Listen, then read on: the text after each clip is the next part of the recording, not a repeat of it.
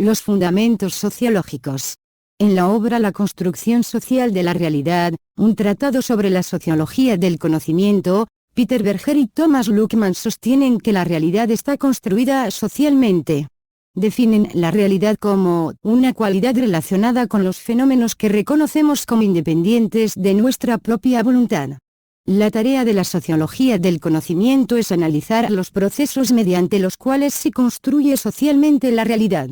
Esta tarea es de singular importancia para los educadores cristianos porque la educación se ocupa de la producción y la distribución del conocimiento.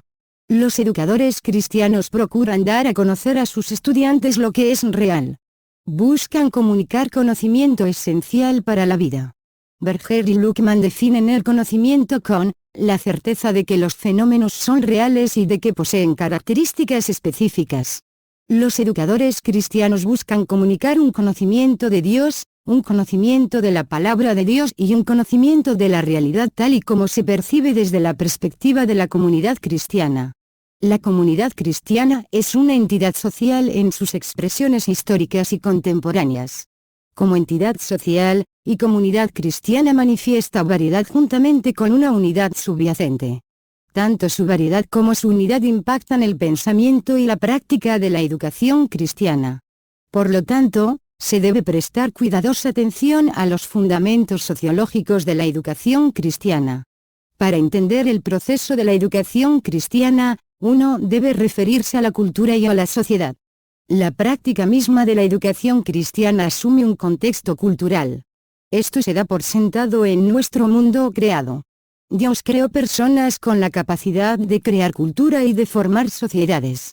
Sin la cultura, el cristianismo sería una abstracción sin relación alguna con la vida humana.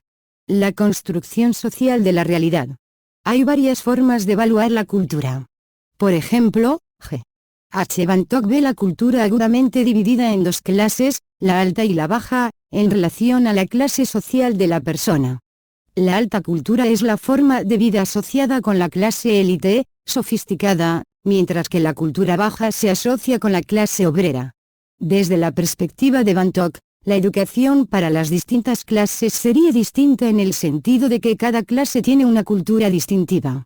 En contraste con Bantock, P.H. Hearst promueve una segunda perspectiva, que ignora las diferencias sociales e históricas en las culturas y las subculturas. Hearst ve la educación en términos de conocimiento libre de cultura, lo cual implica difundir conocimiento inter y transculturalmente. Para Hearst, la cultura es una forma de vida independiente de las tareas primordiales del educador. Una tercera perspectiva en cuanto a la cultura es la que representa Raymond Williams. Él ve la cultura en términos de su contexto histórico y examina el cambio cultural que ocurre a través de varios periodos. Su análisis indica que el cambio pedagógico no ha marchado a la par de los cambios sociales y culturales. Por lo tanto, la tarea de los educadores es poner al día su enseñanza y hacerla lo más relevante posible para influir la vida de los estudiantes. Para discernir las verdades relativas de estas tres perspectivas es necesario definir la cultura en general y considerar una posible perspectiva cristiana en cuanto a la cultura. Clifford Geertz provee una definición útil.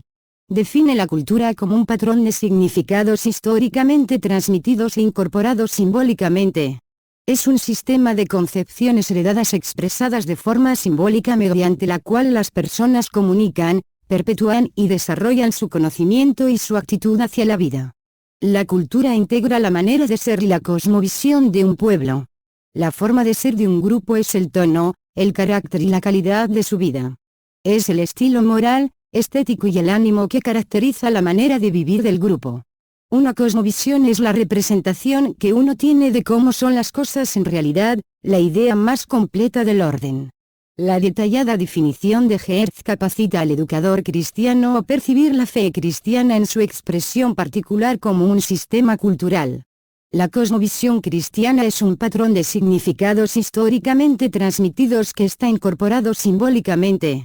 Es mucho más que este sistema, dado el reclamo cristiano a las realidades sobrenaturales, pero en términos de la consideración de la tarea educativa, por lo menos es eso.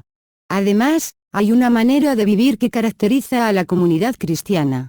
Por supuesto, Hay aspectos adicionales que caracterizan cualquier grupo de cristianos relativo a su situación histórica evangélica.